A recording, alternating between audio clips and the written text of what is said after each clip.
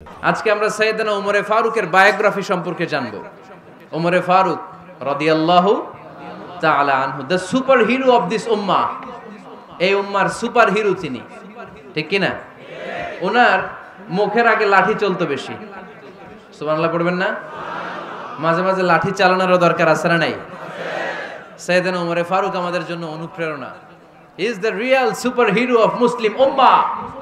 তিনি এই উম্মার রিয়েল সুপার হিরো। এজন্য ওনার জীবনী থেকে আমরা কিছু শিক্ষা নেওয়ার চেষ্টা করব ইনশাআল্লাহ। পড়েন সাইয়েদনা ওমরে ফারুক কিভাবে ইসলাম ধর্ম গ্রহণ করলেন, কিভাবে বিশ্বনবীর প্রাণের কলিজার টুকরা হলেন, এটা দিয়ে আমরা শুরু করি। আল্লাহ তাআলা সাইয়েদনা ওমরে ফারুকের হৃদয়ের মধ্যে 3টা ধাক্কা মেরেছেন, ইমানের ধাক্কা। আওয়াজ করে বলতে হবে কয়টা? জোরে বলেন তো কয়টা? 3টা ইমানি ধাক্কা। এক হচ্ছে বিশ্বনবীর দোয়ার ধাক্কা। এক কি? দোয়ার ধাক্কা। 2 হচ্ছে সূরা হাক্কা দিয়ে দিয়েছেন আল্লাহ এক ধাক্কা। সুবহানাল্লাহ পড়বেন না? 3 হচ্ছে সূরাতু তাহা দিয়ে আল্লাহ দিয়েছেন আরেকটা ধাক্কা। এই 3টা ইমানি ধাক্কা যখন সাইয়েদনা ওমরে ফারুকের হৃদয়ে লাগলো, উনি পড়তে আরম্ভ করেছেন আশহাদু আল্লা ইলাহা ইল্লাল্লাহ ওয়া আশহাদু আন্না মুহাম্মাদান আবদুহু ওয়া রাসূলুহু। চিল্লায়ে পড়েন আল্লাহু আকবার। বিশ্বনবী মক্কায় বসে বসে তাহাজ্জুদের সালাত পড়ে আল্লাহর কাছে দোয়া করলেন, আল্লাহুম্মা আইজ্জাল ইসলাম বিআহাব্বির রাজুলাইনি ইলাইক। ও আল্লাহ, 2 জন লোকের নাম বলবো, 2 জনের দরকার নেই। এই 2 জনের একজনকে আপনি ইসলামের সুশীতল ছায়া তলে এনে ইসলামকে বিজয় দান করে দেন। মুহূর্তের মধ্যে দোয়াটা কবুল করে নিয়েছে কে? বিশ্বনবী বললেন, আল্লাহ 2 জনের নাম বলবো আজকের দোয়ায়। আবি জাহাল ইবনে হিশাম, হয়তো হিশামের বেটা আবু জাহেলকে আপনি ইসলামের ভিতরে নিয়ে আসেন, কিংবা ওমর ইবনুল খাত্তাব, খাত্তাবের বেটা ওমরকে আপনি ইসলামের ছায়া তলে নিয়ে আসেন। ওমরে ফারুকের জন্য দোয়াটা কবুল করে নিয়েছে কে? মক্কার যে অবস্থা, আল্লাহর হাবিব সাল্লাল্লাহু আলাইহি ওয়াসাল্লাম বুঝলেন মক্কার এই 2 জনের একজন যদি আমার সাথে না থাকে তাহলে মক্কায় দাওয়াতি কাজ চালিয়ে যাওয়া যাবে। আল্লাহরে বললেন, আল্লাহ বেশি চাই না, এই 2 জনের একজন, হয় আবু জাহেল নয় ওমর, হয় আবু জাহেল নয় ওমর। বিশ্বনবী যখন দোয়া করলেন, এই দোয়ার একটা ইমানি ধাক্কা, নুরানি ধাক্কা সাইয়েদনা ওমরে ফারুকের হৃদয়কে স্পর্শ করে ফেলল। দোয়া ইজ লাইক এ মিসাইল। এই যে আমরা দোয়া করি, এটা মিসাইলের মতো। যুদ্ধে মিসাইল হামলা করে না? মিসাইল হামলা করার পরে এই মিসাইল লক্ষ্য বস্তুতে যে ভেদ করে, ঠিক কিনা? তেমনি দোয়ার মতো যদি আপনি দোয়া করতে পারেন, আপনি যেই জন্য দোয়া করেছেন ঠিক ওই জায়গায় যে আপনার দোয়া স্পর্শ করে। সুবহানাল্লাহ পড়বেন না? বিশ্বনবীর দোয়ার মাধ্যমে প্রথমে সাইয়েদনা ওমরে ফারুকের হৃদয়ে এক ধাক্কা লাগলো। 2 নম্বরে রব্বুল আলামিন সূরাতুল হাক্কা দিয়ে ওমরে ফারুকের হৃদয়ের মধ্যে দিলেন এক ধাক্কা। পড়েন আল্লাহু আকবার। কোরআনের ভেতরে সূরাতুল হাক্কা নামে একটা সূরা আছে না নাই? আল হাক্কাতু মাল হাক্কা ওয়া মা আদরাকা মাল হাক্কা। পড়েন আল্লাহু আকবার। বিশ্বনবী যখন দোয়া করলেন, ওই দোয়া যখন সাইয়েদনা ওমরে ফারুকের হৃদয়ে স্পর্শ করলো, সাইয়েদনা ওমরে ফারুক সব সময় বিশ্বনবীরে ফলো করতে আরম্ভ করলেন। বিশ্বনবী ডানে গেলে লুকিয়ে লুকিয়ে ওমর ফারুক ডানে যায়, বিশ্বনবী বায়ে গেলে লুকিয়ে লুকিয়ে ওমরে ফারুক বায়ে যায়। বিশ্বনবী একবার মসজিদুল হারামে যে নামাজ পড়তে শুরু করলেন, ওমরে ফারুক তখন বিশ্বনবীর পিছু পিছু ছদ্মবেশে পেছন থেকে যে বিশ্বনবী কিভাবে নামাজ পড়ে দেখতে শুরু করলেন। বিশ্বনবী ইন দা মিন টাইম এশার নামাজে আল হাক্কাতু মাল হাক্কা তেলাওয়াত শুরু করে দিলেন। আল হাক্কাতু মাল হাক্কা তেলাওয়াত শুরু করে দিলেন। তেলাওয়াত করতে করতে বিশ্বনবী যখন তেলাওয়াত করতেছে, ওমরে ফারুক এরকম দুলতেছে আর মজা পাচ্ছে। ওমিয়া বিশ্বনবীর কণ্ঠ বুঝি আমার মতো কণ্ঠ, আপনার মতো কণ্ঠ, আহমদ বিন ইউসুফের কণ্ঠ, আব্দুল বাসিতের কণ্ঠ না? বিশ্বনবীর গলায় যে কি সুরের ঝংকার আল্লাহ দিয়েছেন, কি সুরের লহরী আল্লাহ দিয়েছেন, একবার যে শুনতো পাগল হয়ে যেত। আল্লাহু আকবার। বিশ্বনবী সূরা হাক্কা মন্ত্রমুগ্ধ তেলাওয়াতে, মন্ত্রমুগ্ধ সুর দিয়ে, মন্ত্রমুগ্ধ কণ্ঠ দিয়ে তেলাওয়াত করতে লাগলেন। এশার সালাতে ওমরে ফারুক দুলতে লাগলেন। ওমরে ফারুক যত শুনেন অবাক হয়ে যায়, যত শুনেন অবাক হয়ে যায়, যতই শুনে অবাক। কিরে? কারণ তিনি আরবি ভাষা বুঝতেন, এত সুন্দর শব্দের গাঁথনি। এত প্রাঞ্জল বর্ণনা, এত সুন্দর অন্তমিল, এটা কবিতা না হয়ে পারে না। উনি মনে মনে ভাবলেন এটা মনে হয় কবিতা, it might be poem, it could be poem. Muhammad মনে হয় কবি হয়ে গেছে, তার কাব্য প্রতিভা দিয়ে সে এটা বানিয়েছে। তা না হলে এত সুন্দর কথা এটা কবিতা না হয়ে পারে। ইন দ্য মিন টাইম বিশ্বনবী কিন্তু দেখতেছে না যে পেছনে ওমর। বিশ্বনবী তেলাওয়াত করছিলেন, ইন দ্য মিন টাইম বিশ্বনবী পড়ছিলেন ওমা হুয়া বিকাউলি শাইরিন কলিলাম মা তুমিনুন। এই আয়াতের অর্থ হলো এটা কোনো কবির কথা নয়, খুব অল্প সংখ্যক লোকই তোমরা ঈমান আনো। সুবহানাল্লাহ পড়ে। এটাকে বলে কোইন্সিডেন্ট। কোইন্সিডেন্ট হুট করে অনেক সময় মিলে যায়, যায় কি যায় না? আপনি একজনের কথা ভাবতেছেন ভাবতেছেন, বাজারে গেলেন, বাজারে যেই দেখেন ওই লোকটা দাঁড়ায় আছে, এরকম হয় কি হয় না? কোইন্সিডেন্ট।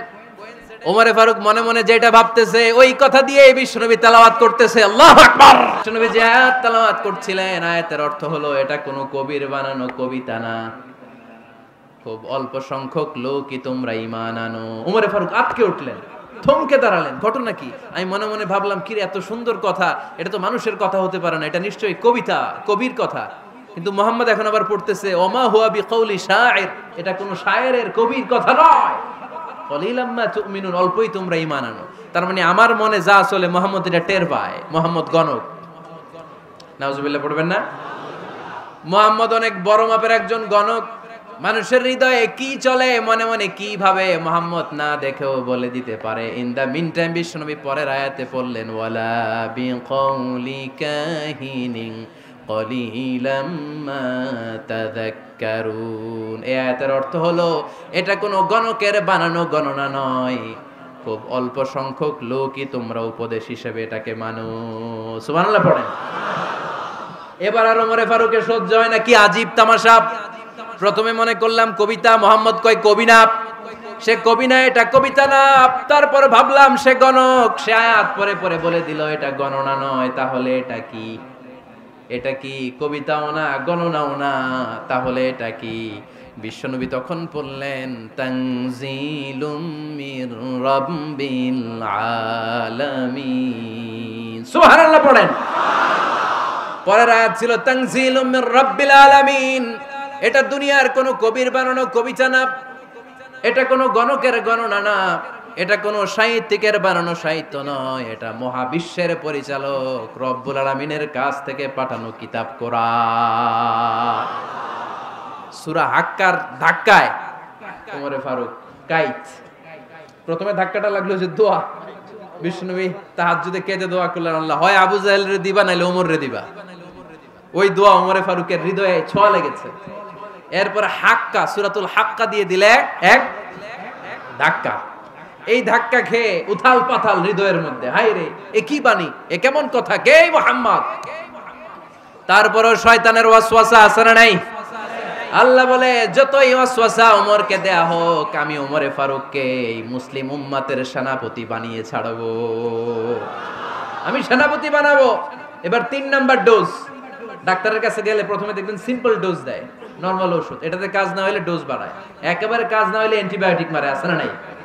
আল্লাহ প্রথমে দোয়ার ছোঁয়া লাগালেন, তারপর সূরা হাক্কা দিয়ে ধাক্কা মারলেন, এরপরে রব্বুল আলামিন বলেন এবার 3 নাম্বার ডোজ সূরা তহা দিয়ে আমি তোমার হৃদয়টারে উজালা বানায় দেব রে ওমর। শয়তান ওদিক দিয়ে ওয়াসওয়াসা, খেলা দুই দিক থেকে চলতেছে। আল্লাহ তাআলা হেদায়েতের রাস্তায় টানছে, শয়তান জাহান্নামের দিকে টানছে। ঘোষণা দেয়া হলো মক্কায়, মুহাম্মদের মাথা কেটে এনে দিলে এত এত স্বর্ণ মুদ্রা দেয়া হবে। ওমরে ফারুক রাজি হয়ে গেলেন, নাঙ্গা তলোয়ার নিয়ে বিশ্বনবীর মাথা কাটার জন্য ছুটলেন। নাউজুবিল্লাহ পড়বেন না? বনু জাহরা গোত্রের এক লোক বলে, আইনা ইয়া ওমর, কই যাও? মুহাম্মদের মাথা কাটতে যাই। আরে মুহাম্মদের মাথা কাটতে যাও? তোমার বোন ফাতিমা বিনতে খাত্তাব আর তোমার বোন জামাই সাঈদ কদ সাবা, এরা তো ধর্ম ত্যাগ করে ফেলছে, এটা তো আমাদের ধর্ম ত্যাগ করে মুহাম্মদের ফলোয়ার হয়ে গেছে। আগে ওমর ঘর সামলাও, পরে মুহাম্মদের মাথা কাটতে যেও। ওমরে ফারুক অবাক হয়ে গেলেন, তলোয়ার নিয়ে বিশ্বনবীর দিকে না যে নিজের বাড়ির দিকে চলে গেলেন।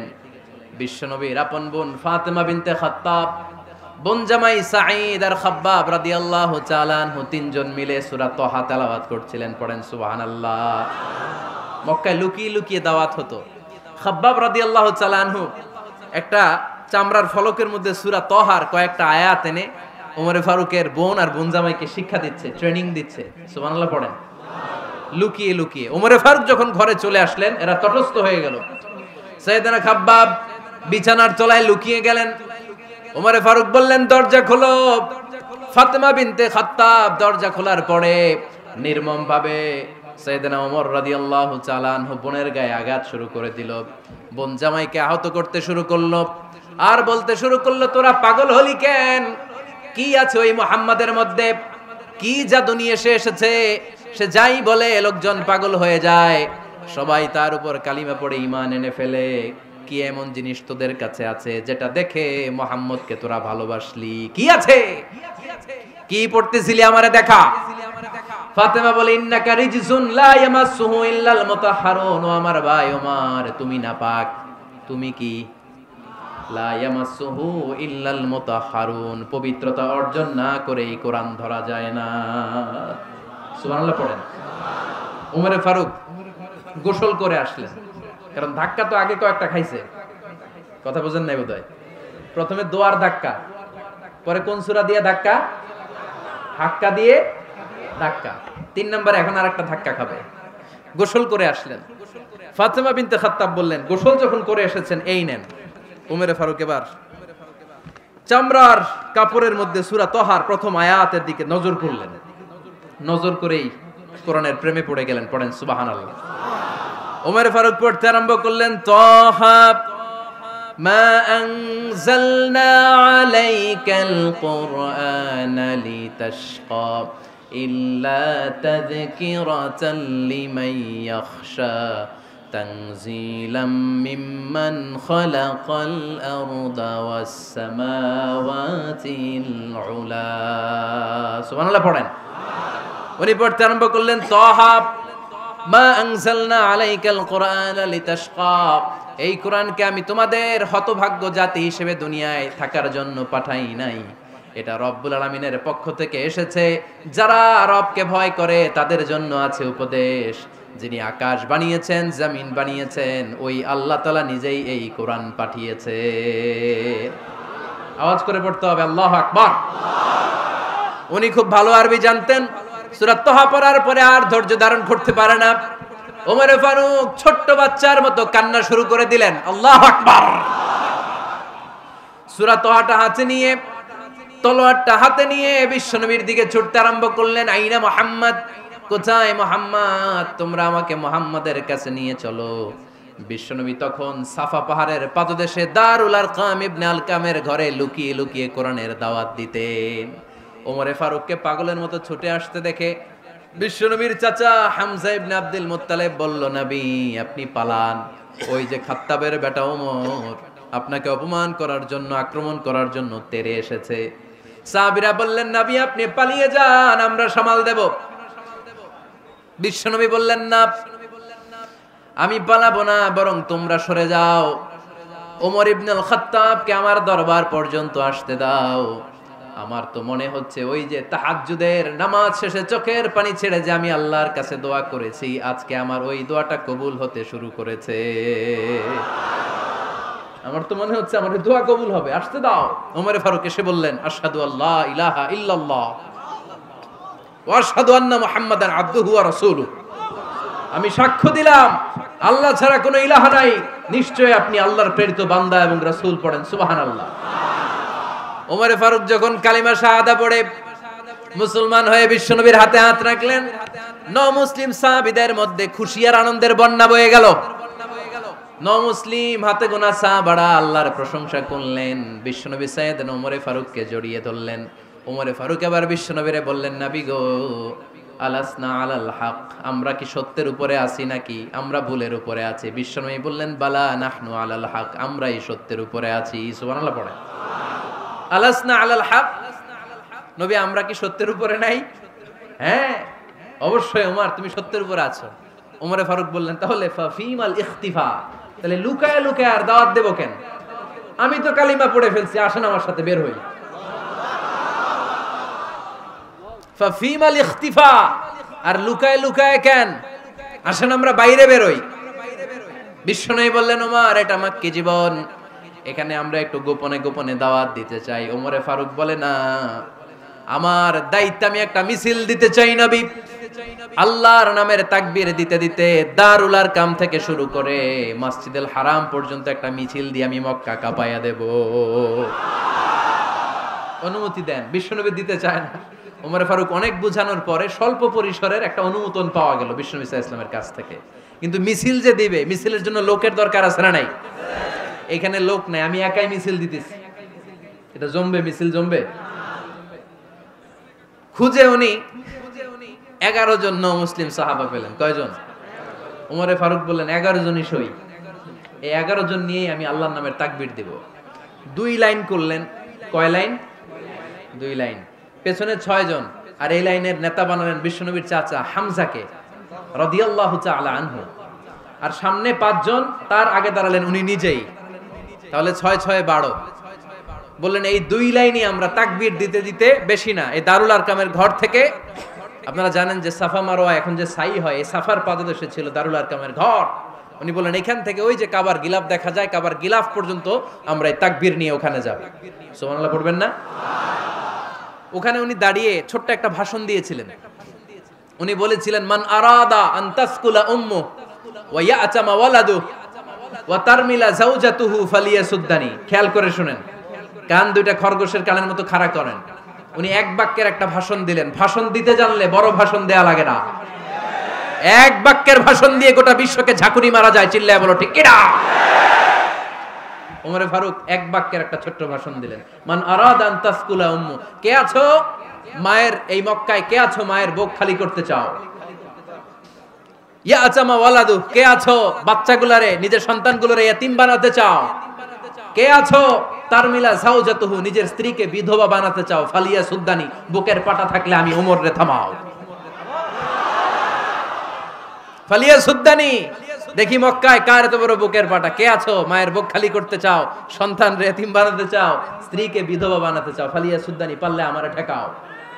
এই বলে উনি আল্লাহু আকবার, আল্লাহু আকবার, আল্লাহু আকবার বলে স্লোগান শুরু করে দিলেন। এক এক স্লোগানে মক্কার মরুজমিন থারথার করে কাঁপতে আরম্ভ করলো। এই মিছিল মক্কার কেউ দেয় নাই। মিছিলের আওয়াজ শুনে আবু জাহেল বাইরিস, উতবা বাইরিস, শাইবা, ওয়ালিদ ইবনে মুগিরা সব বের হইছে। কি রে, আমার এলাকায় এত বড় স্লোগান, কার এত সাহস? বের হয়ে দেখে মিছিলের সামনে ওমর। ওমর রে দেখে দিছে এক দৌড়। কারণ ওমরে ফারুককে থামানোর মতো বাপের বেটা মক্কায় দ্বিতীয়টা কেউ ছিল না। আওয়াজ করে বলেন ঠিক কিনা? ওমরে ফারুক আল্লাহু আকবার, আল্লাহু আকবার বলে স্লোগান দিতে দিতে মসজিদুল হারামের ভেতরে ঢুকে গেল। কাবার গিলাফ ধরার পরে সেদিন মিছিল থেমেছে। ওই আল্লাহর নামের স্লোগান সেদিন কেউ থামাতে পারে নাই, কিয়ামত পর্যন্ত কেউ থামাতে পারবে না। চিল্লায় বলো ঠিক কিনা?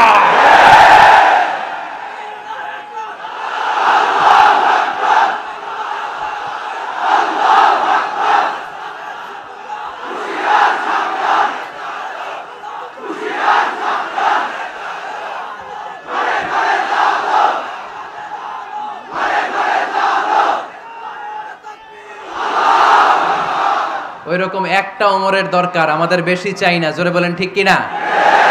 দাও খোদা দাও আমায় আবার ওমর দারাজ দিল, দাও খোদা দাও আমায় আবার ওমর দারাজ দিল, দাও আলীর মতো বীর সেনানি, আলীর মতো বীর সেনানি জাগাতে নিখিল,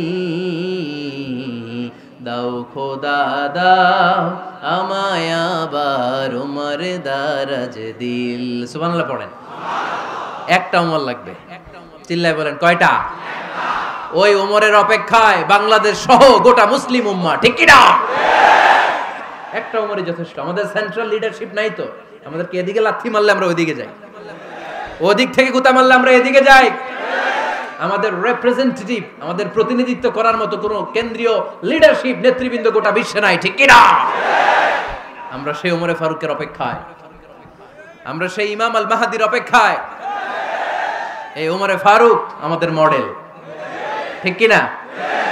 থার্ড ইন পজিশন, এই পুরা উম্মতের মধ্যে ওনার পজিশন নাম্বার 3। 1 নাম্বার পজিশন বিশ্বনবীর, কার? 2 নাম্বার পজিশন কার?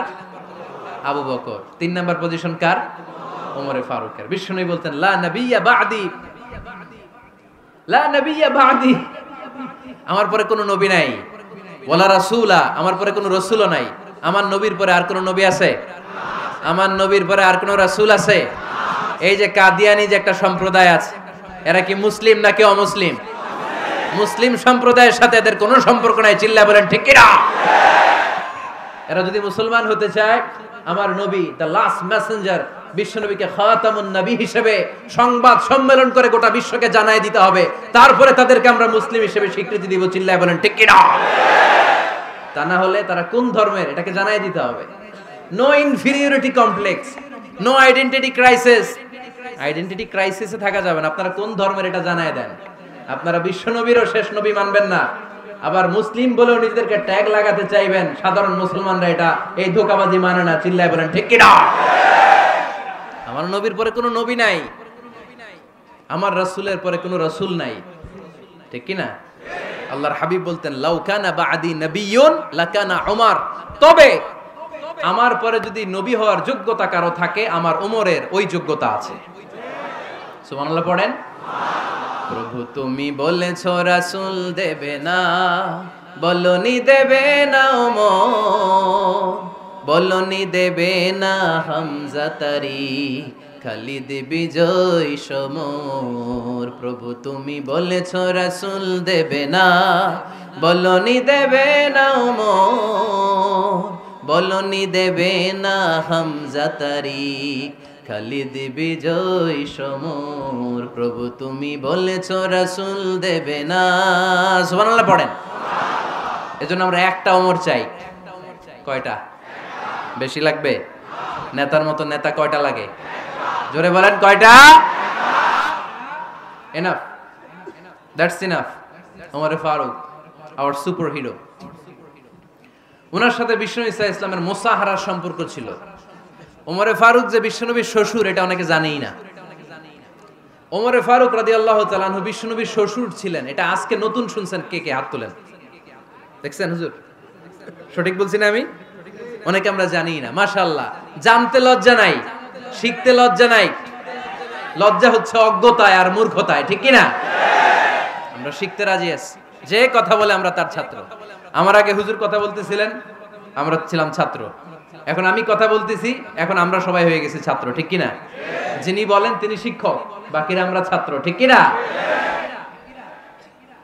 4 খলিফার 2 খলিফা, ইসলামের 4 খলিফার 2 খলিফা বিশ্বনবীর মেয়ের জামাই, আর বাকি 2 খলিফা বিশ্বনবীর শ্বশুর। সুবহানাল্লাহ পড়েন। সাইয়েদনা আলী রাদিয়াল্লাহু তাআলা আনহু, সাইয়েদনা উসমান যুন নূরাইন বিশ্বনবীর মেয়ের জামাই। উসমান রাদিয়াল্লাহু তাআলা আনহুর কাছে বিশ্বনবী 2 মেয়েকে বিয়ে দিয়েছিলেন। একজন মারা যাওয়ার পরে আরেকজন। বিশ্বনবী বলেছেন এরপরে আরেকটা থাকলে ওইটারও বিয়ে দিতাম। সুবহানাল্লাহ পড়বেন না? 2 জন ছিল মেয়ের জামাই আর 2 জন ছিল শ্বশুর।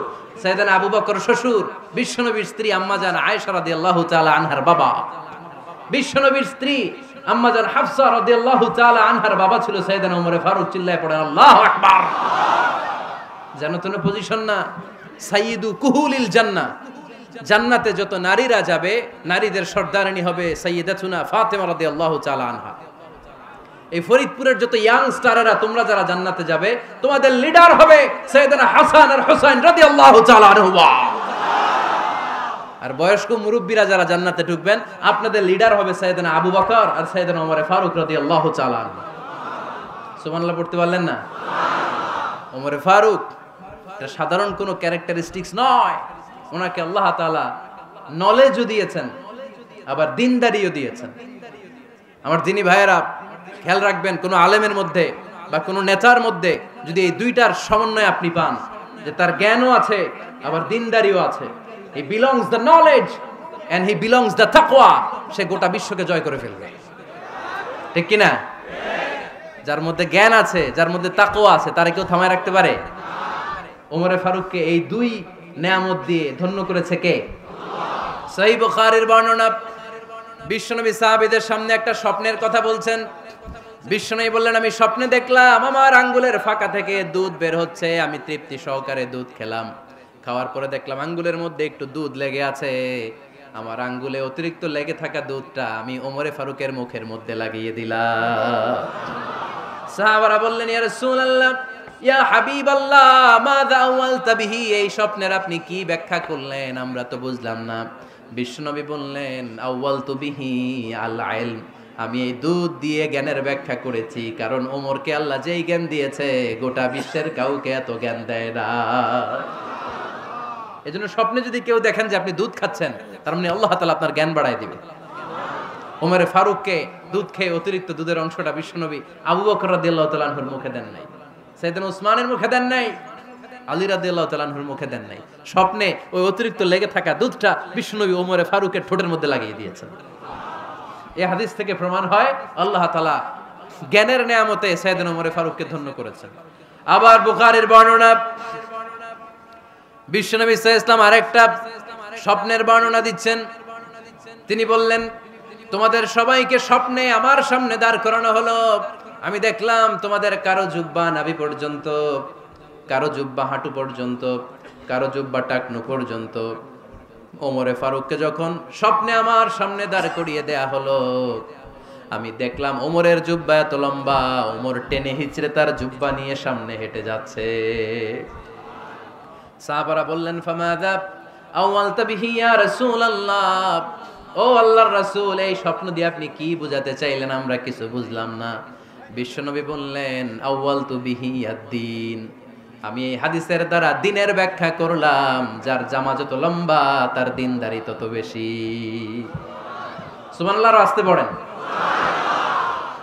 স্বপ্নে দেখলেন কোন সাহাবীর জুব্বা নাভি, কোন সাহাবীর হাঁটু, কারোটা টাকনু, কিন্তু ওমরে ফারুকের জুব্বা এত লম্বা, ইয়াজুরু সাওবাহু, তিনি তার জুব্বা টেনে হিচড়ে যাচ্ছেন। বিশ্বনবী বললেন, এটা দ্বারা আমি দ্বীন, আমি তাকওয়া, দ্বীনদারি, তাকওয়া, এটার ব্যাখ্যা করেছি। তার মানে ওমরে ফারুকের তাকওয়ার সামনে সব তাকওয়া পানি হয়ে যাবে। কোন সুবহানাল্লাহ। আল্লাহ তাআলা সাইয়েদনা ওমরে ফারুককে দ্বীনের জ্ঞান দিয়েছেন, তাকওয়া দিয়েছেন। যুবক ভাইরা, যাকে আল্লাহ তাআলা দ্বীনের জ্ঞান দেয়, যাকে আল্লাহ তাআলা তাকওয়ার এই গুণ দিয়ে সমৃদ্ধ করে, তার জন্য গোটা বিশ্বের সব দরজাগুলোকে ওপেন করে দেয় কে? কত বড় মুত্তাকি ছিলেন সাইয়েদনা ওমরে ফারুক। মদিনার সমাজে কয়জন মুনাফিক ছিল বিশ্বনবী ছাড়া কেউ বলতে পারতেন না। বিশ্বনবী কোন সাহাবীকে মুনাফিকদের লিস্ট দিয়ে যান নাই, একজন সাহাবী ছাড়া। দেখি কেউ বলতে পারেন কিনা ওই সাহাবীর নাম? কি নাম? হুযায়ফা ইবনুল ইয়ামান রাদিয়াল্লাহু তাআলা আনহু। ওনাকে বলা হতো সাহিবু সিররি রাসূলিল্লাহ, আল্লাহ রাসূল সাল্লাল্লাহু আলাইহি ওয়াসাল্লামের গোপন তথ্যের ধারক বাহক। সুবহানাল্লাহ পড়বেন না? বিশ্বনবী ইন্তেকালের আগে মদিনার সমাজে মোট কয়জন মুনাফিক আছে, এই তথ্য আবু বকরকে বলেন নাই, ওমর রাদিয়াল্লাহু তাআলা আনহুকে বলেন নাই, উসমান রাদিয়াল্লাহু তাআলা আনহু, আলী রাদিয়াল্লাহু তাআলা আনহু, আশারাতুল মুবাশশিরিনা বিল জান্নাহ কোন সাহাবীকে বলেন নাই। শুধুমাত্র কেবলমাত্র একমাত্র হুযায়ফা ইবনুল ইয়ামান রাদিয়াল্লাহু তাআলা আনহুর কাছে মুনাফিকদের লিস্টে বিশ্বনবী দিয়ে গিয়েছেন। সুবহানাল্লাহ পড়েন। মদিনায় কারা কারা মুনাফিক কেউ জানতো না হুযায়ফা ছাড়া। কে ছাড়া? নামটা আজকে মুখস্থ করেন, যাতে অন্য কোনো ওয়াজে কেউ জিজ্ঞেস করলে বলতে পারেন। মুনাফিকদের লিস্ট যে সাহাবীর কাছে বিশ্বনবী দিয়ে গিয়েছিলেন, সাহাবীর নাম কি? নাম? নামটা কেমন লাগে? ভাল লাগে? অনেকে আমারে জিজ্ঞেস করে, হুজুর আমার ছেলে হবে আগামী মাসে, একটা নাম দেন। নাম দিয়ে দিলাম হুযায়ফা। যাদের হবে ছেলে, এলাকায় যাদের নেক্সট কয়েক মাসে ছেলে হবে, খালি হুযায়ফা চলবে। কি চলবে? ভাল লাগে? নামটা ভাল লাগে? রাইখেন, অনেক সুন্দর নাম। উনি জানতেন মুনাফিক কারা। দেখেন ওমরে ফারুকের তাকওয়ার লেভেলটা কত হাই। ওমরে ফারুক একদিন হুযায়ফা রাদিয়াল্লাহু তাআলা আনহুর কাছে গেলেন, যে বললেন, হুযায়ফা, বিশ্বনবী ইন্তেকালের আগে মুনাফিকদের নামের লিস্টটা কারো কাছে দেয় নাই, আমার জানা নাই, সাইয়েদনা আবু বকরের জানা নাই, কোন সাহাবীর জানা নাই, তুমি ছাড়া। আমি তোমার কাছে জানতে চাই, আমি ওমরের নামটা ওই মুনাফিকদের খাতায় আছে কিনা আমার একটু বলো। আমার ওমরের নামটা ওই মুনাফিকদের লিস্টিতে একটু আছে কিনা, নামটা একটু বলো। যদি থাকে আমি ভালো হয়ে যাব। আমি নেফাকি দূর করে পাক্কা মুমিন হতে চাই। আমার নাম যদি মুনাফিকের লিস্টে থাকে আমি তো শেষ। হুযায়ফা চোখের পানি ছেড়ে দিয়ে বলে, আমিরুল মুমিনিন, কেমন প্রশ্ন করলেন আপনি? আপনি বিশ্বনবীর শ্বশুর, এই উম্মতে আপনার পজিশন 3 নাম্বার। আপনারে মুনাফিকরা ভয় পায়, শয়তান আপনারে ভয় পায়। আপনি জান্নাতে সব বয়স্ক লোকদেরকে নিয়ে জান্নাতের মধ্যে আগে আগে ঢুকবেন, কেমন করে মুনাফিকদের কাতারে আপনার নাম থাকতে পারে ওমর? সুবহানাল্লাহ পড়ে। কি বিনয়ী, কি তাকওয়া। হুযায়ফাকে যে ধরতেন, হুযায়ফা একটু বলো না আমার নামটা মুনাফিকদের লিস্টিতে আছে কিনা। ওমরে ফারুকের যদি এই টেনশন থাকে যে আমি মুনাফিক হয়ে গেলাম কিনা, আমাদের এই টেনশন থাকার দরকার আছে না নাই? হ্যাঁ, যেন সব সময় আল্লাহর কাছে দোয়া করতে হবে, আল্লাহ তুমি নেফাকি থেকে আমাদেরকে বাঁচাও। আরো জোরে পড়েন আমিন। ওমরে ফারুক রাদিয়াল্লাহু তাআলা আনহু আমাদের সুপার হিরো, আমাদের সবাই বলেন আমাদের। উনি কত বড় সুপার হিরো শুনেন। উনি জুমার খুতবা দিচ্ছেন। কি দিচ্ছেন? মসজিদে নববীতে খুতবার মাঝখানে হঠাৎ বললেন, ইয়া সারিয়াতাল জাবাল, ইয়া সারিয়াত ইবনে জানিমিল জাবাল। এই কথা বলেই আবার খুতবা দিতে শুরু করলেন। ওনার এই ইয়া সারিয়াত ইবনে জানিমিল জাবালের সাথে আগের কথারও কোনো মিল নাই, পরের কথারও কোনো মিল নাই। জুমার নামাজের পর মুসল্লি সাহাবারা ধরলেন, বললেন, ইয়া আমিরাল মুমিনিন। খুতবার মাঝখানে হঠাৎ করে ইয়া সারিয়াত ইবনে জানিমিল জাবাল বলে আপনি চিৎকার করলেন কেন? আপনার এই বাক্যের সাথে আপনার খুতবার আগের বাক্যের কোনো মিল নাই, আপনার খুতবার পরের বাক্যেরও কোনো মিল নাই। এই কথা আপনি কারে বললেন, কারে উদ্দেশ্য করে বললেন? এই কথার তাৎপর্য কি আমাদেরকে বুঝিয়ে বলেন। ওমরে ফারুক বললেন, আমি যখন খুতবা দিচ্ছি আমি দেখতে পেলাম ওই যে কয়েক মাস আগে আমি আমার মুসলিম সেনাবাহিনী পারস্যে আক্রমণের জন্য পাঠিয়েছি, বর্তমান ইরান, ইরানের ওই বিশাল এলাকাতে পারস্যে আমি আমার ব্যাটালিয়ন পাঠিয়েছি। আমি হঠাৎ করে দেখতে পেলাম আমার মুসলিম বাহিনীর সেনাপতি যুদ্ধের এক পর্যায়ে তার ডানে আছে উপত্যকা, বায়ে আছে পাহাড়, সে পাহাড়ি রাস্তা ছেড়ে দিয়ে উপত্যকার দিকে যেতে শুরু করেছে। আমি দেখতে পেলাম আমার মুসলিম বাহিনী যদি উপত্যকার দিকে ছুটে বেড়ায়, কাফির মুশরিকরা আমার মুসলিম বাহিনীকে কচুকাটা করে ফেলবে। তাই আমি এখান থেকে তাদেরকে কমান্ড দিয়ে বলেছি, ইয়া সারিয়াতাল জাবাল, উপত্যকার দিকে নয় পাহাড়ের দিকে যাও, তাহলেই তোমাদের বিজয় নিশ্চিত হয়ে যাবে। উপত্যকার দিকে যেও না, ইলাল জাবাল, ইলা সারিয়াতিল জাবাল, পাহাড়ের দিকে ছোট। সাহাবারা অবাক, ঘটনা কি? উনি বসে আছেন মদিনায় মসজিদে নববীর মিম্বারে দাঁড়িয়ে, উনি যদি ইয়া সারিয়াতাল জাবাল বলে এটা কি ইরানে যাবে নাকি? ও মিয়া, তখনকার সময়ে বর্তমানের মতো মোবাইল ছিল নাকি, ইন্টারনেট ছিল নাকি, কিছু ছিল? খালি মুখে আমি যদি বলি ইয়া সারিয়াতাল জাবাল, এটা ইরানে যাবে, ইন্ডিয়া যাবে, ঢাকায় তো যাবে না, ফরিদপুর শহরেই তো বসবে না, ঠিক কিনা? কিন্তু এটা আমিরুল মুমিনিন বিশ্বাসী সাহাবারা বিশ্বাস করে নিল। কিছু মুনাফিক ছিল, এরা কয় না ঝামেলাস, এটা তো সম্ভব না। এক কাজ করি, এই সেনাপতি যখন বিজয়ী বেশে মদিনায় ফিরে আসবে আর আমরা ধরবো। এরা দিন গুনতে লাগলো, এই সেনাপতি মুসলিম বাহিনী নিয়ে পারস্য জয় করে কবে ফিরে আসবে। এই মুনাফিকের দলগুলো কখনো সেনাবাহিনীকে অভ্যর্থনা জানাতে যেত না, কিন্তু এইবার সবার আগে মদিনার উপকণ্ঠে যে সেনাপতিদেরকে অভ্যর্থনা জানানোর জন্য ফুল নিয়ে রেডি, ফুল নিয়ে দাঁড়ায়। সেনাপতি ঢুকার সাথে সাথে ধরছে, এই সেনাপতি কোত্থেকে আসছে? কয় পারস্য জয় করে আসছি। কয় এমন এমন দিন, জুমার দিন দুপুর বেলা যুদ্ধের মাঝখানে আমিরুল মুমিনিনের কণ্ঠের কোন কথাবার্তা শুনছো নাকি? সেনাপতি অবাক, কয় তোমরা জানলা কেমনে? শুনছি তো। সুবহানাল্লাহ পড়বেন না? আমরা যুদ্ধে একটা ভয়ঙ্কর অবস্থার মধ্যে ছিলাম, পেছন থেকে শত্রুরা আমাদেরকে আক্রমণ করতে শুরু করে দিল। ডানে যাব না বায়ে যাব, সামনে যাব নাকি পেছনে যাব, রাস্তা খুঁজে পাচ্ছি না।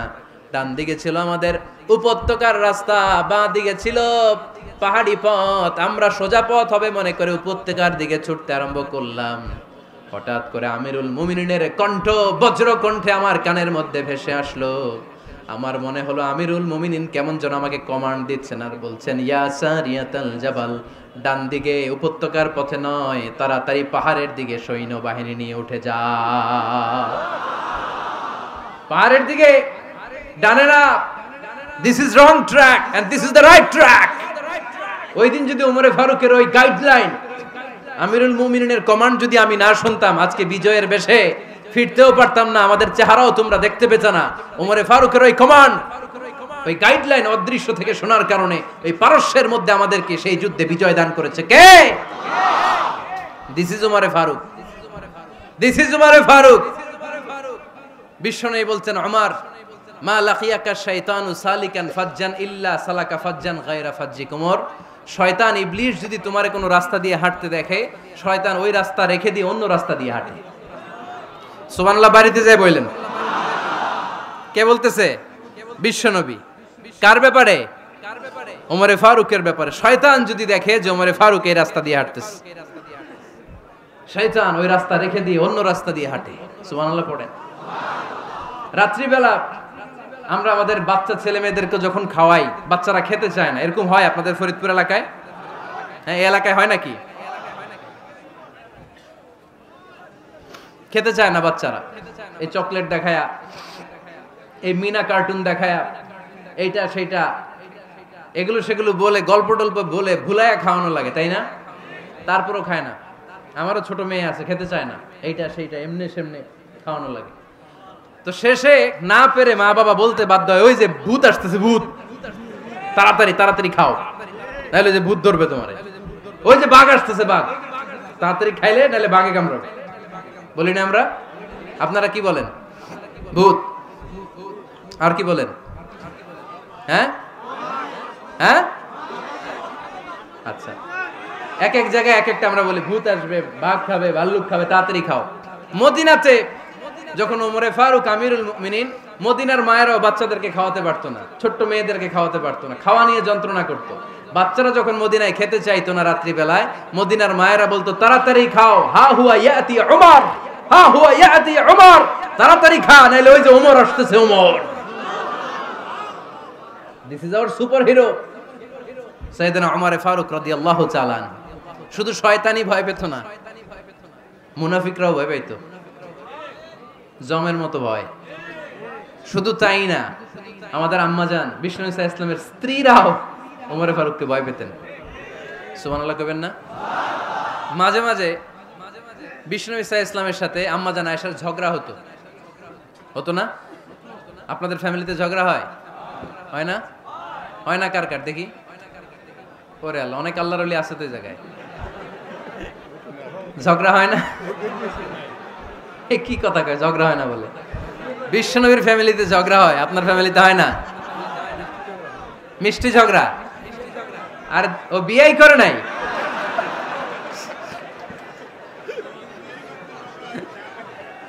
ঝগড়া তো হবেই, দাম্পত্য জীবনের মজাটাই তো এখানে। কখনো ঝগড়া, কখনো আনন্দ, একটু বৃষ্টি, একটু রোদ, একটু হাসি, একটু কান্না, ভালো লাগা, ভালোবাসা শেয়ার করে নেয়া, মিলেমিশে একাকার হয়ে যাওয়া, ঠিক কিনা? তো আল্লাহর হাবিব সাল্লাল্লাহু আলাইহি ওয়াসাল্লামের সাথে আম্মাজান আয়েশার ঝগড়া হতো। তো একদিন ঝগড়া হয়ে দুইজন রেগে আছে। খবরদার, দুইজন রেগে থাকবেন না আবার। একজন রাগলে আরেকজন থেমে যাবেন, কারণ এই ছোট্ট ঝগড়া থেকে এটা অনেক সময় বিচ্ছেদের দিকে গড়ায়। আমার প্রিয় ফরিদপুরবাসী, ভাবি রেগে গেলে আপনি রাইগেন না, ওই দিন আপনি একটু ঠান্ডা থাকেন। আবার আপনি রেগে গেলে, আমার মাইকের আওয়াজ যদি ভাবিরা শুনেন, আপনারা রেগে যায় না, একটু ঠান্ডা থাকবেন। দুইজনে রেগে গেলে তো তৃতীয় বিশ্বযুদ্ধ শুরু হবে, তাই না? একজন রেগে গেলে আরেকজন ঠান্ডা। কারণ এই সামান্য ঝগড়া থেকে ইগোর কারণে এটা বিচ্ছেদ আর ডিভোর্স পর্যন্ত গড়ায়। আর শয়তান এখানে উস্কানি দেয়, কারণ ইমানদারদের ফ্যামিলি ভাঙতে পারলে শয়তান সবচেয়ে বড় খুশি হয়। আর ইমানদারদের ফ্যামিলি টিকে থাকলে খুশি হয়ে যায় কে? আম্মাজান আয়েশা রাদিয়াল্লাহু তাআলা আনহার সাথে বিষ্ণু ইসা ইসলামের ঝগড়া হতো মাঝে মাঝে। একবার ঝগড়া হলো, বিষ্ণু ইসা ইসলামও রাগ, আম্মাজান আয়েশাও রাগ। তো বিষ্ণুই বললেন, আয়েশা, ঝগড়া করে আর কতক্ষণ থাকবো, আসো মিটমাট করি। আয়েশা রাদিয়াল্লাহু বললেন, ঠিক আছে, মিটমাট করব। তো বিষ্ণু ইসা ইসলাম বললেন, মিটমাটের জন্য কারে ডাকবো? ওমর রে ডাকি। কয় না, ওমর রে না, উমর গালিজ, উমর অনেক রাগে, আমার ডর লাগে। কয় তাহলে তোমার আব্বারে ডাকি, কয় ডাকেন। কি খুশি, মেয়েদের মধ্যে অভ্যাসটা আছে না নাই? তাহলে তোমার আব্বারে ডাকি, ডাকেন। ডেকে নিয়ে আসা হলো। আবু বকর রাদিয়াল্লাহু তাআলা আনহু দাঁড়ালেন, আম্মা জান আয়েশা দাঁড়ালেন, বিশ্বনবীও দাঁড়ালেন। বিশ্বনবী বললেন, আয়েশা তোমার আব্বা আসছে, এবার ঘটনা খুলে বলার পালা, তুমি বলবা নাকি আমি বলবো? আম্মা জান আয়েশা বললেন, আপনি বলেন, তবে ওয়ালা তাকুল ইল্লা হাক্কান, যেটা ঘটছে ওইটাই বললেন, মিথ্যা কথা কইেন না। আবু বকর রাদিয়াল্লাহু তাআলা আনহু রেগে মেগে আগুন, কি এই কথা তুমি কেমন করে বলো? বিশ্বনবীকে মিথ্যা কথা কখনো বলবে? রেগে মেগে দিলেন মেয়ের গালে এক চড়। বানিয়ে বলতেছি না, মুসনাদ আহমদ ইবনে হাম্বলের হাদিস। বাবার হাতের থাপ্পড়কে আম্মা জান আয়েশা উল্টে বললেন। সাইয়েদনা আবু বকর রাগে গড়গড় করছেন, আবার মারার জন্য তেড়ে গেলেন। এবার বাঁচার জন্য আম্মা জান আয়েশা বিশ্বনবীর পিছনে যে আশ্রয় নিলেন, বিশ্বনবী বাঁচানোর জন্য দুই হাত মেলে দাঁড়িয়ে গেলেন। পড়েন সুবহানাল্লাহ। বিশ্বনবী যখন দুই হাত মেলে দাঁড়িয়ে গেলেন, সাইয়েদনা আবু বকর রাদিয়াল্লাহু আনহু থেমে গেলেন। সাইয়েদনা আবু বকর রাদিয়াল্লাহু তাআলা আনহু ঘর থেকে বের হয়ে বারান্দায় দাঁড়ালেন। পড়েন সুবহানাল্লাহ। এবার বিশ্বনবী আম্মা জান আয়েশার কাছে যেয়ে বলেন, ইয়া আয়েশা কাইফা রাআইতিনি আনকাসতুকি মিনার রাজুল, দেখছো কেমনে বাঁচাইলাম? আমি না থাকলে ভর্তা বানাই ফেলতো আজকে। আমি বাঁচাইছি তোমারে, আমি, আমার লগে ঝগড়া করো তুমি। লজ্জায় পড়ে আম্মা জান আয়েশা খিলখিল করে হেসে দিলেন, বিশ্বনবীও হেসে দিলেন। দুইজনের হাসির মধুর আওয়াজ শুনে সাইয়েদনা আবু বকর বাইরে থেকে অবাক, কিরে এতক্ষণ না ঝড় তুফান, এখন দেখি হাসি। সালাম দিয়ে অনুমতি নিয়ে ভিতরে ঢুকলেন। ঢুকে দেখেন আম্মা জান আয়েশাও হাসে, বিশ্বনবীও হাসে। এ হাসি দেখে আবু বকর রাদিয়াল্লাহু আনহু হেসে দিলেন। আরশের উপর থেকে খুশি হয়ে গেলেন কে? এবার সাইয়েদনা আবু বকর রাদিয়াল্লাহু তাআলা আনহু বললেন, ইয়া রাসূলুল্লাহ আশরিকানি ফি সিলমিকুমা কামা আশরাকতুমানি ফি হারবিকুমা। ও নবী, যুদ্ধ লাগলে, দুইজন যুদ্ধ লাগলে মীমাংসার জন্য যেমনি আমারে ডাকেন, এরকম হাসি আর আনন্দের মুহূর্তেও আমারে একটু ডাকেন। আশরিকানি ফি সিলমিকুমা কামা আশরাকতুমানি ফি হারবিকুমা। নবী, আপনাদের মধ্যে ঝগড়া লাগলে সন্ধি করার জন্য আমারে যেমনি ডাকেন, আপনাদের হাসি খুশি আনন্দ খুনসুটি এই মজাদার মুহূর্তগুলোতে আমারে বঞ্চিত রাখেন না, আমার একটু ডাকেন। সুবহানাল্লাহ পড়েন। এই মুসনাদ আহমদ ইবনে হাম্বলের হাদিস শোনার উদ্দেশ্য হচ্ছে, বিশ্বনবী প্রথমে ওমরে ফারুকের নাম বলেছিলেন। সাইয়েদনা আয়েশা বলে, না আমি ডরাই।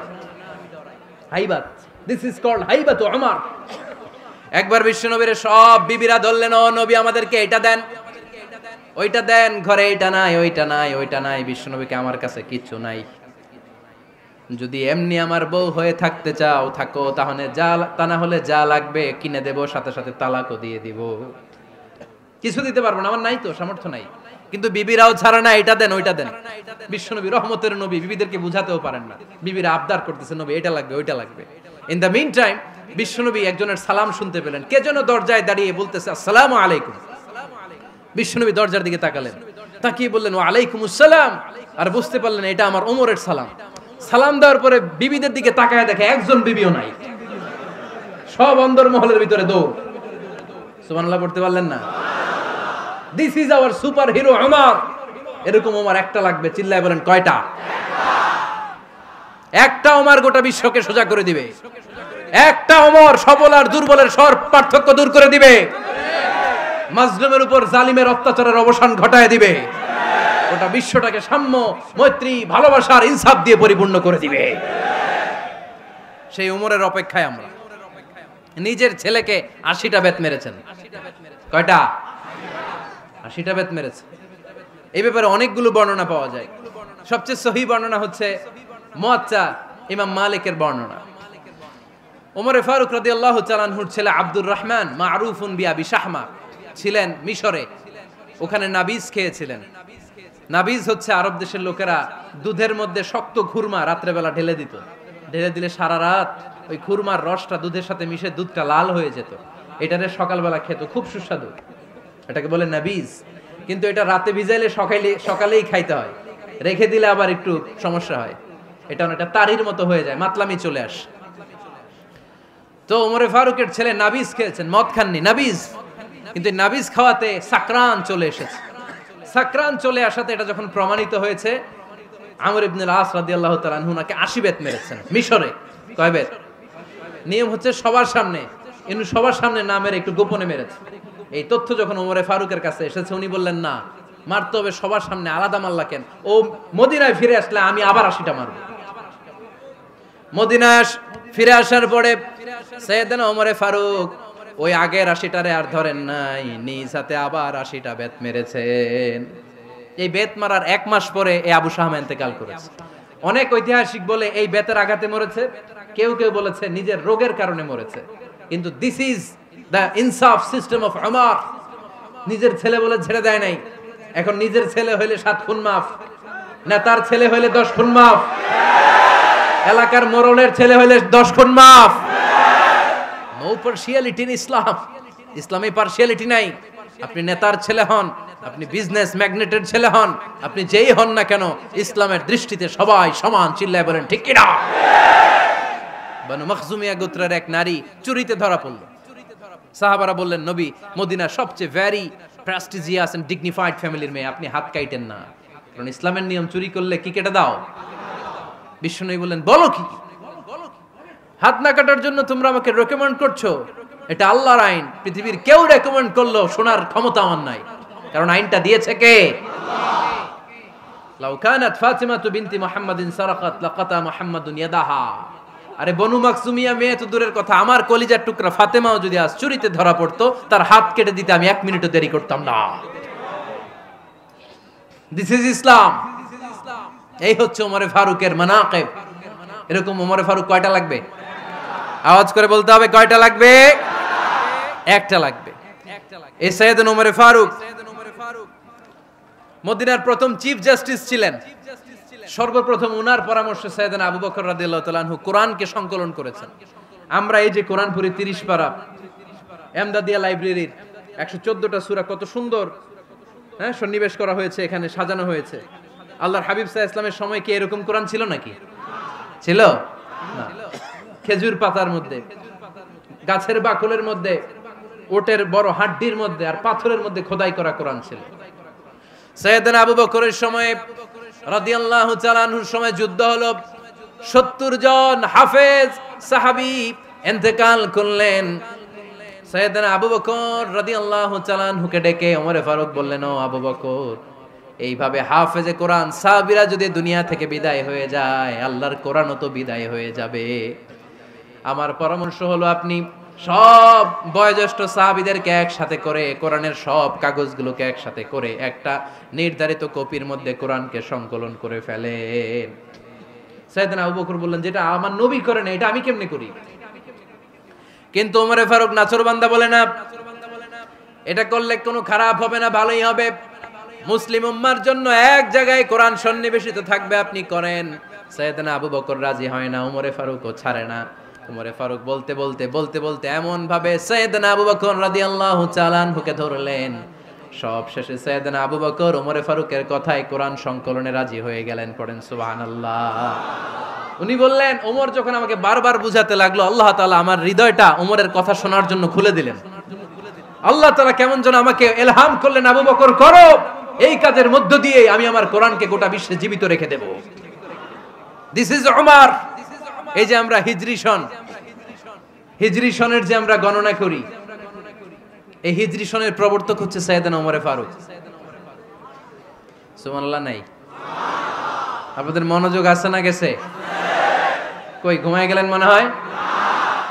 তাকবীর দেন তো একজন আওয়াজ করে।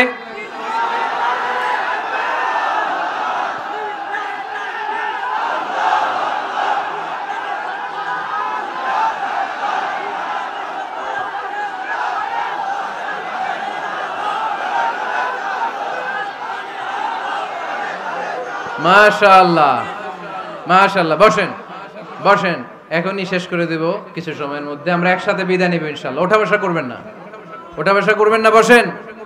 সাইয়েদনা ওমর ফারুক এই হিজরি সনের গণনা শুরু করেছেন। সাহাবারা বলল, আমিরুল মুমিনিন, খ্রিস্টানদের ঈসাই সন আছে, আমাদের মুসলমানদের কোনো সন নাই। আমাদের একটা সন থাকলে আমাদের জিজিয়া নিতে, আমাদের যাকাতের টাকা উত্তোলন করতে অনেক সুবিধা হবে। ওমর ফারুক বললেন, তাহলে কোন সালকে হিজরি, কোন সালকে মুসলিম সাল হিসেবে আমরা ঘোষণা দিতে পারি? একজন বলল, আমার নবী যেই সালে জন্মগ্রহণ করেছেন ওই সালে। ওমর ফারুক বললেন, না, আমার নবীর জন্ম আমাদের জন্য খুশির দিন, কিন্তু এটা আমাদের জন্য প্রেরণা নয়। প্রেরণা নবীর কাজে, ঠিক কিনা? আরো কিছু সাহাবারা বলল, তাহলে যেই সালে আমার নবী ইন্তেকাল করেছে ওইটারে প্রথম সাল ধরেন। ওমরে ফারুক বললেন, না, যেদিন তিনি ইন্তেকাল করেছেন এটা আমাদের দুঃখের দিন, এটা আমাদের প্রেরণা নয়। আমাদের প্রেরণা হচ্ছে বিশ্বনবীর ত্যাগ, তিতিক্ষা আর কাজের মধ্য দিয়ে। জোরে কোন ঠিক কিনা? ওমরে ফারুক বললেন, যেদিন বিশ্বনবী ইসলাম রক্ষায় নিজের মাতৃভূমি ছেড়ে মক্কা থেকে মদিনায় গিয়েছেন, ওই দিনটাকে হিজরি প্রথম দিন ধরে আমরা হিজরি সাল গণনা করে শুরু করে দেব। ওইটাই হচ্ছে হিজরি সন। সেখান থেকে হিজরি সনের প্রবর্তন করেছেন সাইয়েদনা ওমরে ফারুক রাদিয়াল্লাহু তাআলা আনহু। এই যে স্টেট গভর্নমেন্ট, এই যে প্রিজন, জেলখানা, ক্যান্টনমেন্ট, সচিবালয়, গণভবন, বঙ্গভবন, মুক্তিযোদ্ধাদের ভাতা, রাষ্ট্রীয় ভাতা, এই সব নিয়ম কানুন সাইয়েদনা ওমরে ফারুক তার রাষ্ট্রীয় আমলে তিনি নিজে করেছেন। চিল্লায় পড়েন আল্লাহু আকবার। মুসলমানদের আলাদা কারেন্সি, নিজস্ব মুদ্রা ব্যবস্থা নিজে চালু করেছেন। সৈনিকদের মধ্যে যারা বিবাহিত, প্রতি 6 মাস অন্তর অন্তর 1 মাসের ছুটি কাটাতে তারা ফিরে আসবে, সাইয়েদনা ওমরে ফারুক চালু করেছেন। চিল্লায় আওয়াজ করে পড়েন আল্লাহু আকবার। এই যে আমরা 20 রাকাত সালাতুত তারাবি পড়ি রমাদানে, পড়েন না আপনারা? এটা সাইয়েদনা ওমরে ফারুক চালু করেছে। সুবহানাল্লাহ পড়তে পারলেন না?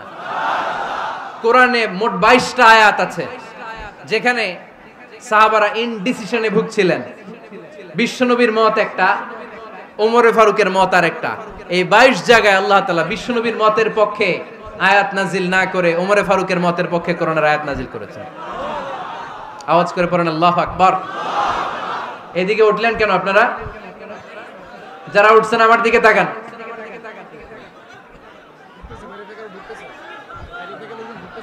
কিছু ভিতরে ঢুকতেছে, কিছু বাইরেতেছে না?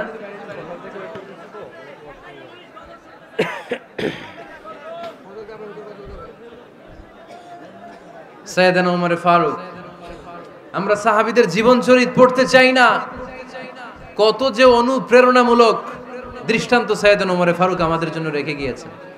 ওমর ফারুক যখন খলিফা, দিনের বেলায় যদি রাষ্ট্রে কোনো নিয়ম জারি করতেন, দিনের বেলায় জনগণকে কোনো বিষয়ে যদি নিষেধ করতেন, রাত্রে বেলায় খাওয়ার সময় ফ্যামিলি মেম্বারদের সবাইকে বলতেন, এই দিনের বেলা আমি জনগণকে এই কাজ করতে নিষেধ করেছি, তোমরা আমার ফ্যামিলি মেম্বার, খবরদার তোমরা এই কাজ করো না। জনগণ করলে যতটুকু শাস্তি, তোরা করলে পাবি ডবল শাস্তি। সুবহানাল্লাহ কইবেন না? আমাদের নেতারা ওই বাড়ির বিচার করে, ওই বাড়ির মাইয়ার বিচার, ওই বাড়ির পোলার বিচার, নিজের পোলা গাঞ্জা টানে আছে না নাই? নিজের মেয়ে অপরাধ করে আছে না নাই? কি নেতা ছিলেন ওমর ফারুক! আগে নিজের ঘর সামলিয়েছেন, আগে নিজেকে সামলিয়েছেন, নিজের ঘর ঠিক করেছেন। বলেছেন জনগণ করলে যত বেদ, তোরা করলে double Veda. This is call leader, ঠিক কি না? এক বাবা এসে বললেন, ওমর ফারুক আমার ছেলে কথা শোনে না, বেয়াদব। ওমর ফারুক ছেলেরে ডাকলেন, বাবা তুমি তোমার আব্বাজানের কথা শোনো না, এটা তো কবিরা গুনাহ। ছেলে বলে, ওমর ফারুক সব দায় দায়িত্ব আল্লাহ ছেলে মেয়েদেরকে দিয়েছে, বাবা মাকে কোনো দায়িত্ব দেয় নাই। ওমর ফারুক বললেন, অবশ্যই দায়িত্ব দিয়েছে। তাহলে বলেন আমার বাবার দায়িত্ব কি? উনি বললেন, প্রাইমারিলি প্রথমত 3 দায়িত্ব। আইয়ান তাকিয়া উম্মা, পৃথিবীর প্রতিটি বাবার উচিত ছেলেদের মেয়েদের জন্য ভালো মায়ের ব্যবস্থা করা। 2 নম্বরে আইয়ুহসিনা ইসমা, সুন্দর তার একটা নাম রেখে দেয়া। 3 নাম্বার ইউআল্লিমাহুল কিতাব, তার আল্লাহর কিতাব শিক্ষা দেওয়া। এবার ছেলেকে আমার আব্বা 3টার একটাও করে নাই। এবার ওমর ফারুক রেগে গেলেন, বাবার কাঁধে ধরলেন, বললেন তুই ছেলের জন্য বিচার নিয়ে আসলি, তোর 3টা দায়িত্বের একটাও তুই পালন করিস নাই। ছেলে বলে, আমিরুল মুমিনিন, আমার মা নর্তকী, আমার মা মাজুসি, আমার মায়ের মধ্যে কোনো আদব কাদব নাই, সুন্দরী দেখে আমার মা রে বাবা বিয়ে করছে, আমার মায়ের কাছ থেকে জীবনে কিছু শিখি নাই। 2 নাম্বার সাম্মানি খানফাসা, আমার বাবা আমার নাম রেখেছে চামচিকা। কি নাম রাখছে? এটা নাম হইলো একটা, এরকম উল্টাপাল্টা নাম আছে না নাই? না, এগুলো রাখবেন না।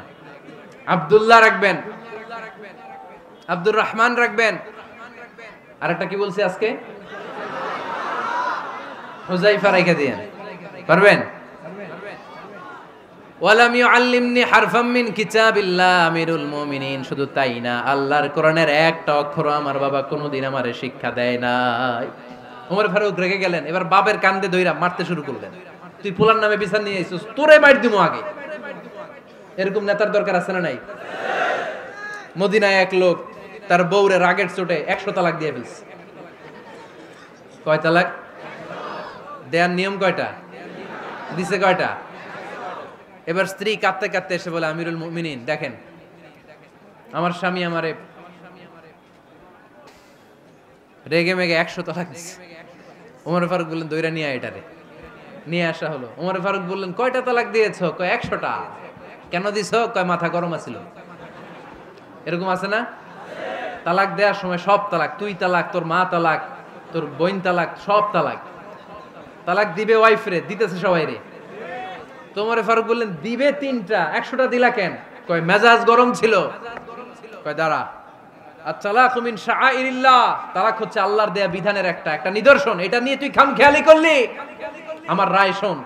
আমার রায় হচ্ছে 3 তালাকে তোর বউ তালাক, বাকি 97 তালাক তোর পিঠের উপরে পড়বে। এরকম বিচারের দরকার আছে না নাই? এরকম দৃষ্টান্তমূলক বিচার যদি বাংলার জমিনে দেয়া হতো, আর কোন নারী ধর্ষিতা হতো?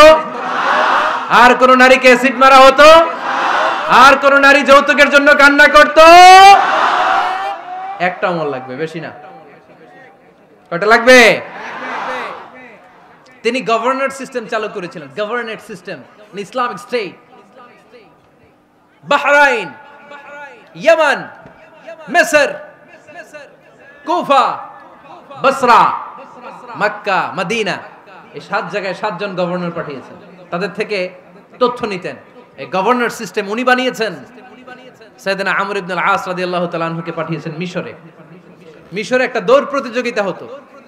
ওই দৌড় প্রতিযোগিতায় আমর ইবনে আল-আস রাদিয়াল্লাহু তাআলা আনহুর ছেলে অংশগ্রহণ করেছে। কিন্তু এক মিশরি ওই দৌড় প্রতিযোগিতায় চ্যাম্পিয়ন হয়ে গেছে। রানার্স আপ হয়েছে আমর ইবনে আল-আসের ছেলে। এবার মিশরি ফার্স্ট আর গভর্নরের ছেলে সেকেন্ড। রাগের চোটে আমর ইবনে আল-আসের ছেলে ওই মিশরির মাথার মধ্যে কয়েকটা বাড়ি মেরেছে। মিশরি বলে, আমার মারলা কেন? তুমি খেলাই পারো না, আমারে মারলা কেন?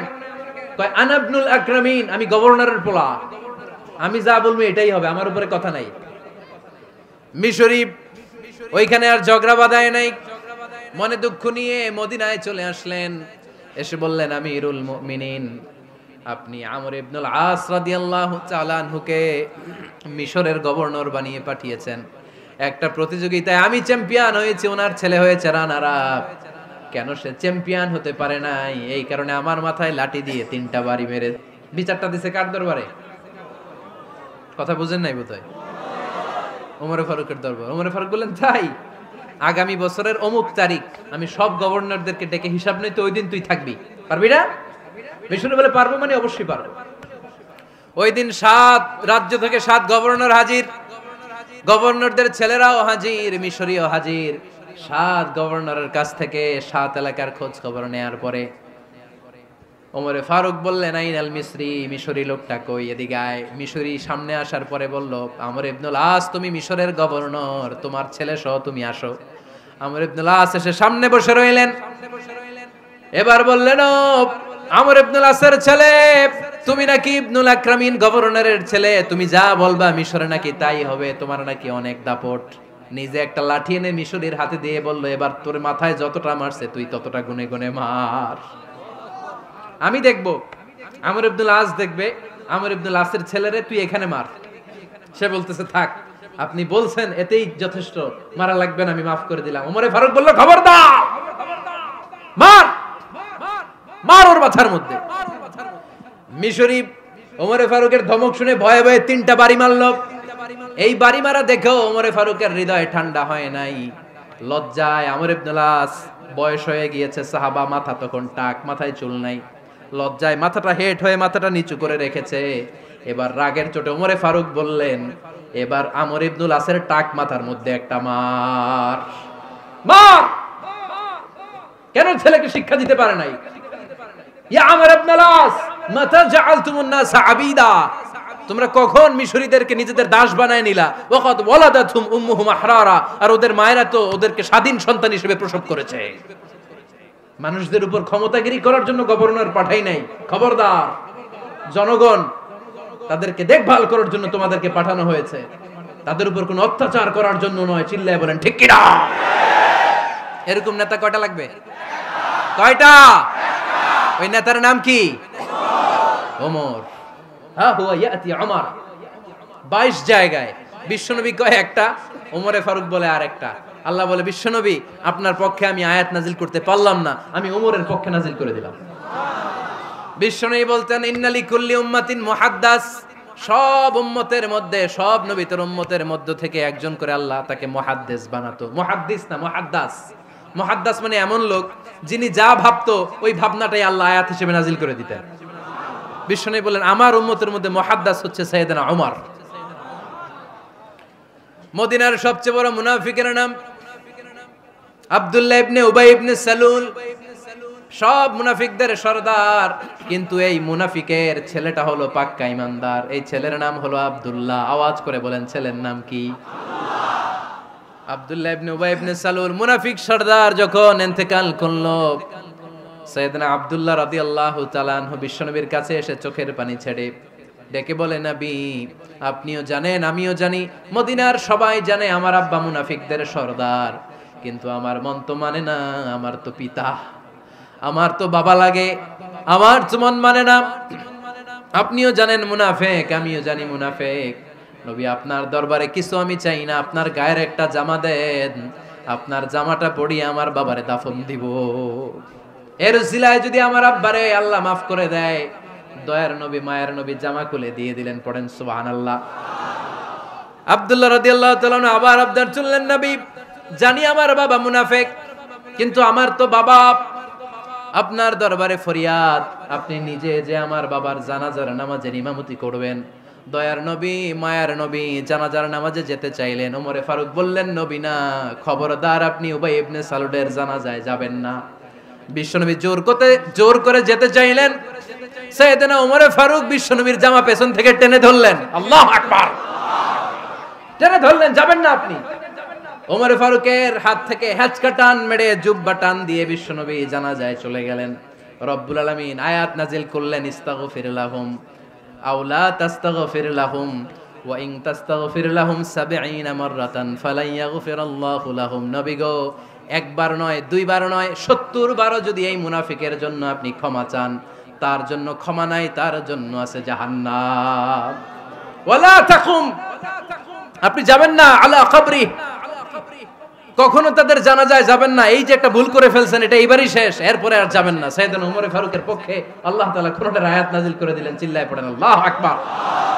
এভাবে 22টা জায়গায় ওমর ফারুক যা বলেছে, এটা নিয়ে একটা আলাদা আলোচনা হইতে হবে, আলাদা একটা আলোচনা লাগবে যে 22টা আয়াতে আল্লাহ তাআলা বিশ্বনবীর পক্ষে কোরআনের আয়াত নাজিল না করে সাইয়েদনা ওমর ফারুকের পক্ষে আয়াত নাজিল করেছেন। চিল্লায় পড়েন সুবহানাল্লাহ। ওই ওমর ফারুককে আমাদের মডেল বানানোর দরকার আছে না নাই? ওই ওমরে ফারুকের জীবনী আমাদের ছেলে মেয়েদেরকে পড়ানোর দরকার আছে না রে? আমাদের ভবিষ্যৎ প্রজন্ম এগুলো জানে না। ওরা সালমান খান দেখে বড় হয়, ওরা শাহরুখ খান দেখে বড় হয়, ওরা ঋত্বিক রোশনকে দেখে বড় হয়। ওরা মনে করে যে এরাই বড় সুপার হিরো। আমাদের যে কত বড় সুপার হিরো আছে এরা জানেই না। নতুন প্রজন্মের কর্ণকোহরে সাইয়েদনা ওমরে ফারুকের ইতিহাস পৌঁছে দেওয়ার দরকার আছে না নাই? ওমরে ফারুকের ইন্তেকালের ঘটনাটা বলেই আমরা মুনাজাতের দিকে যাব। শুনবেন? শুনতে চান? উনি স্বপ্নে দেখলেন একটা লাল মোরগ ওনাকে 3টা ঠোকর মেরেছে। কয়টা? উনি জুমার নামাজে, জিলহজ মাসের শেষ সপ্তাহে জুমার নামাজে বললেন যে একটা লাল মোরগ 3টা ঠোকর মেরেছে। মুগীরা ইবনে শুবা রাদিয়াল্লাহু তাআলা আনহুর দাস আবু লুলু আল মাজুসি, এই লোকটা খঞ্জর বানাতে পারতো। মুগীরা রাদিয়াল্লাহু তাআলা আনহুর দাস। মুগীরা প্রতিদিন 4 দিরহাম করে চার্জ করত, যেহেতু দাস। সে এসে বিচার দিল, আমিরুল মুমিনিন, মুগীরা আমার থেকে বেশি টাকা চায়, জুলুম করে। ওমরে ফারুক বললেন, তাই? তুমি কি কাজ জানো? বলে, আমি খঞ্জর বানাতে জানি। বাড়ি কই? পারস্য। আরে তুমি খঞ্জর বানাতে জানলে তো 4 দিরহাম অনেক কম, সে তো আরো বেশি টাকা নেওয়া দরকার ছিল তোমার থেকে। আবু লুলুর এই কথা পছন্দ হয় নাই। সে কয়, ওমর তুমি সবারে দয়া দেখাও, আর আমার ক্ষেত্রে কঠিন নিয়ম বানাইলা, দাঁড়াও এই নিয়ম তোমার আমি দেখাবো। এই রাগে সে বাড়িতে যে একটা খঞ্জর বানালো। কি বানালো? খঞ্জর চিনেন? ছোট্ট ছুরি। কিছুদিন আগে ওমানের সুলতান কাবুস ইন্তেকাল করেছে, জানেন আপনারা? ওনার এই কোমরের মধ্যে খঞ্জর থাকতো, ছবিতে দেখছেন? আরব শায়েখ যারা সুলতান আমির, কোমরে কি থাকে? ছোরা থাকে, খঞ্জর। সে বাসায় যে একটা খঞ্জর বানালো, যেই খঞ্জরের 2 মাথা, লাহু রাসান ওয়া মাকবাদাতুহু ফি ওয়াসাতি, আর ধরার হ্যান্ডেলটা মাঝখানে, এদিকেও ছুরি এদিকেও ছুরি, যাতে এইভাবে এইভাবে মারা যায়। সে ধার দিতে লাগলো আর বলল, ওমর দাঁড়াও, তোমারে আমি দেখাবো। ওমরে ফারুক মসজিদে নববীর ইমাম, ফজরের নামাজের সময় এ আবু লুলু আল মাজুসি বুরনুস পরে, চাদর পরে, লুকিয়ে লুকিয়ে, সে অগ্নি উপাসক, মুমিন নয়, ওমরে ফারুককে অ্যাটাক করার জন্য গেলেন মসজিদে নববীতে। ওয়াকানু ইউসাল্লুনা বিগালাস, তখন ওনারা অন্ধকারে নামাজ পড়তো। নামাজের সময় যখন হলো, লুকিয়ে লুকিয়ে প্রথম কাতারে ওমরে ফারুকের পিছনে মুয়াজ্জিনের পাশেই দাঁড়ালেন, হাতে খঞ্জর, একামত হলো। ওমরে ফারুক সালাত শুরু করলেন, ফজরের সালাত, আল্লাহু আকবার, নামাজ শুরু করলেন, সূরা ফাতিহা বললেন। আরেকটা সূরা যখন পড়তে যাবেন, in the meantime Abu Lulu এই খঞ্জর নিয়ে ওমরে ফারুকের বুকের মধ্যে 3টা স্টেবিং করলেন। একটা মারলেন নাভির নিচে, মারার সাথে সাথে পাকস্থলী কেটে গেল। আরেকটা মারলেন পাজরে, পাজর ছিঁড়ে গেল। 3টা মারার পরে ওমরে ফারুক বললেন, কাতালানি আল কাল, এক কুকুর আমাকে মেরে ফেলেছে। পেছন থেকে এক সাহাবীকে টান মেরে সামনের দিকে নিয়ে গেলেন, তুমি নামাজের ইমামতি করাও। আর ওমরে ফারুককে বাকিরা ধরাধরি করে পেছনে নিতে আরম্ভ করলেন। আর এই আত্মাই আক্রমণ যে করেছে, সে কাতারের মাঝখান দিয়ে যেতে আরম্ভ করলো আর 2 দিকে ছুরি মারতে আরম্ভ করলো। 13 জন সাহাবীর গায়ে ছুরি মেরেছে, 7 জন সাহাবা স্পট ডেথ, জায়গায় মৃত্যু।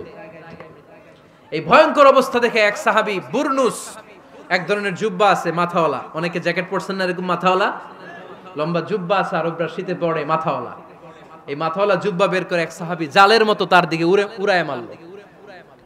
ওই বুরনুসের মধ্যে পেঁচিয়ে আবু লুলু মাটিতে পড়ে গেল আর সুইসাইড করে ফেললো, নিজের বুকে নিজে মেরে আত্মহত্যা। যেই সাহাবীকে ইমামতির জন্য দাঁড় করালেন, উনি ছোট্ট সূরা দিয়ে, প্রথম রাকাতে সূরা আল কাউসার, দ্বিতীয় রাকাতে সূরাতুল ইখলাস দিয়ে নামাজ শেষ। ওমরে ফারুক বেহুশ। ওমরে ফারুক কি? হ্যাঁ, বেহুশ। সবাই কান্নাকাটি করতেছে, সবাই দেখতে গেলেন, এখন হুঁশ ফিরে না। মুখের মধ্যে, মুখ খুলে রাষ্ট্রের চিকিৎসক মুখের মধ্যে দুধ দিলেন, ওই নাভি দিয়ে দুধ বের হয়ে যায়, পাকস্থলী কেটে ওখান দিয়ে দুধ বের হয়ে যাচ্ছে।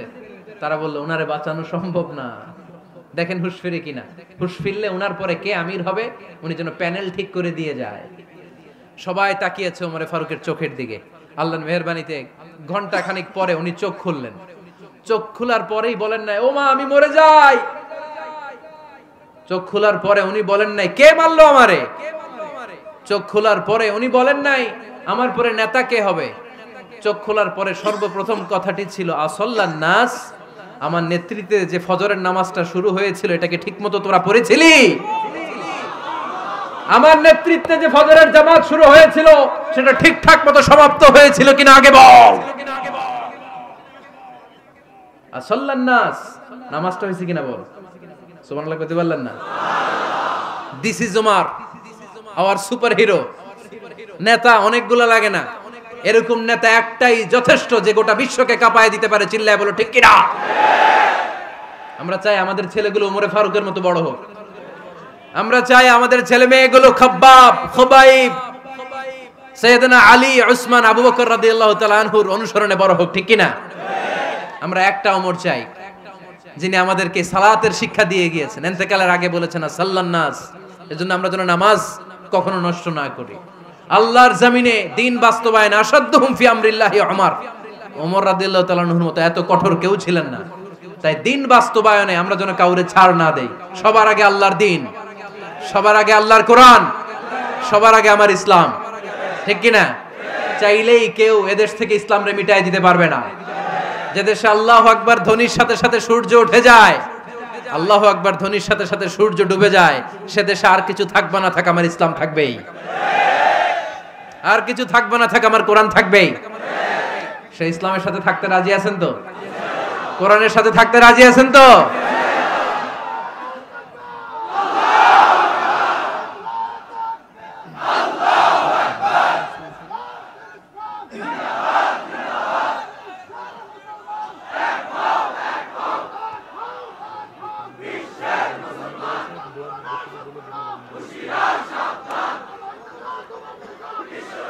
আল্লাহ আমাদের সবাইকে কবুল আর মঞ্জুর করে নেয়। আমরা পড়ি আমিন।